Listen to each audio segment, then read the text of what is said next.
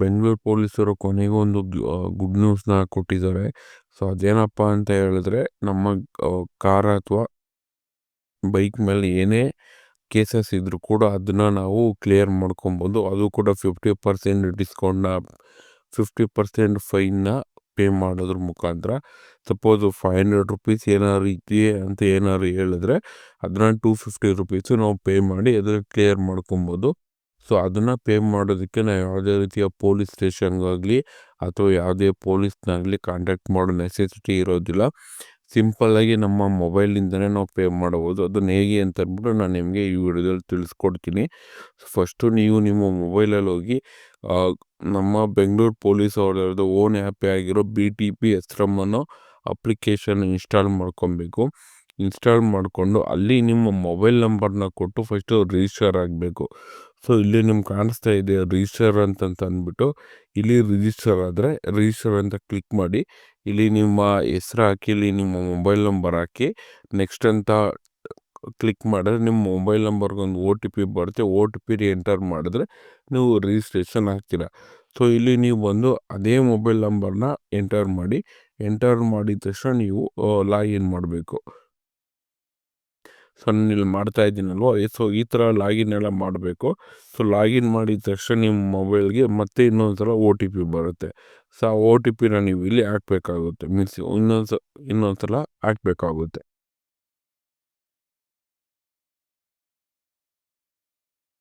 So OTPನ enter ಮಾಡಿ.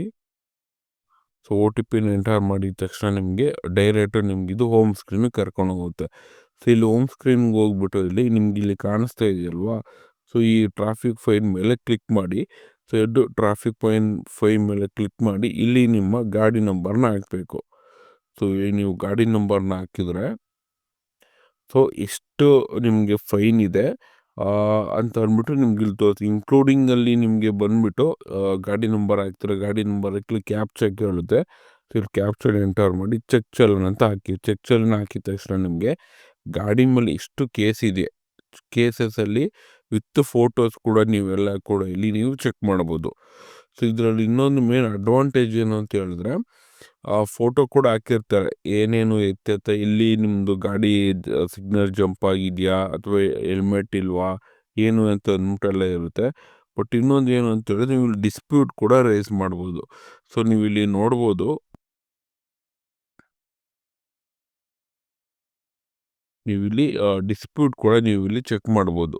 So suppose ನಿಮ್ಗೇನಾದರೂ ನೀವು ಜೆನ್ಯೂನ್ ಇದ್ದು ಇದೆ, ನಿಮ್ಗೇನು ಇಲ್ಲ ನಾನು ಕರೆಕ್ಟಾಗಿ ಗಾಡಿ ಇದೆ ಅಥವಾ ಬೇರೆ ಗಾಡಿ ನಂಬರು ಅಥವಾ ಫಾರ್ ಆನ್ ಎಕ್ಸಾಂಪಲ್ ನೀವು ಹೆಲ್ಮೆಟ್ ಹಾಕಿರ್ತೀರ, ನೀವು ಹೆಲ್ಮೆಟ್ ಹಾಕಿದ್ರು ಕೂಡ ಸಪೋಸು ನೀವೇನು ತಪ್ಪು ಮಾಡಿಲ್ಲ, ಕರೆಕ್ಟಾಗಿ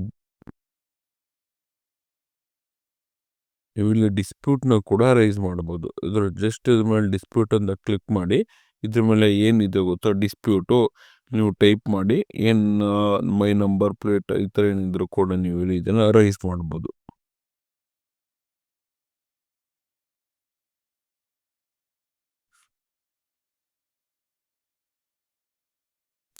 ಸೊ ಈ ಥರ ನಿಮಗೆ ಹೋಮ್ ಸ್ಕ್ರೀನ್ ಓಪನ್ ಆಗುತ್ತೆ.